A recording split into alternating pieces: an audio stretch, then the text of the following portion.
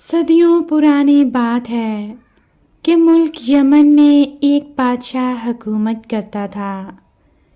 وہ بہت انصاف پسند، نیک اور رعایا کا خیال رکھنے والا تھا۔ بادشاہ کا وزیر بہت دانا اور عقل مند تھا۔ وہ بادشاہ کو اچھے اچھے مشورے دیتا جو رعایا کے لیے بہت فائدہ مند ہوتے۔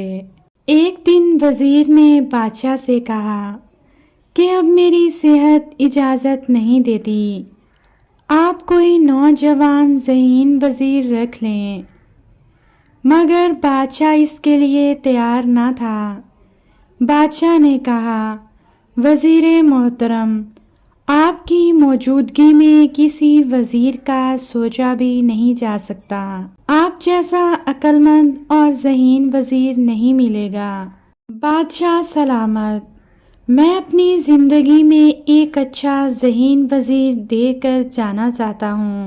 آپ رعایا میں اعلان کر دیں، میں ان کا امتحان لوں گا اور کامیاب ہونے والے کو وزیر رکھ لیں گے۔ اسی سلسلے میں درجنوں افراد دربار پہنچ گئے۔ وزیر نے ہر شخص کو 3 دینار دینے کا اعلان کیا۔ 2 سوالوں کے جواب چاہیے۔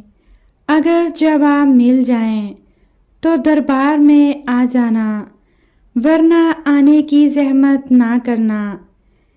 پہلا سوال، انسانی زندگی میں خون کا اثر زیادہ ہوتا ہے یا صحبت کا؟ دوسرا سوال اب ہے، تب ہوگا، نہ اب ہے نہ تب ہوگا۔ ان سب کے جانے کے بعد وزیر نے بادشاہ سلامت سے کہا، دیکھتے ہیں کون ان سوالوں کے جواب لے کر آتا ہے۔ جس نے بھی ان سوالوں کے جواب دے دیے وہی وزیر ہوگا۔ آخر 1 ماہ کے بعد ایک شخص حاضر ہوا اور کہا، بادشاہ سلامت، آپ کے دونوں سوالوں کے جواب لے آیا ہوں۔ اس نے کہا، پہلے سوال کا جواب میں بعد میں دوں گا۔ دوسرے سوال کا جواب یہ ہے، میں نے 1 دینار کا پنیر لیا، یہ اب ہے۔ 1 دینار مسجد میں دیے، اس کا ثواب تب ہوگا جب آپ وفات پا جائیں گے۔ اور تیسرا دینار ایک شعبدہ باز کو دے دیا، نہ فائدہ اب ہے اور نہ مرنے کے بعد تب ہوگا۔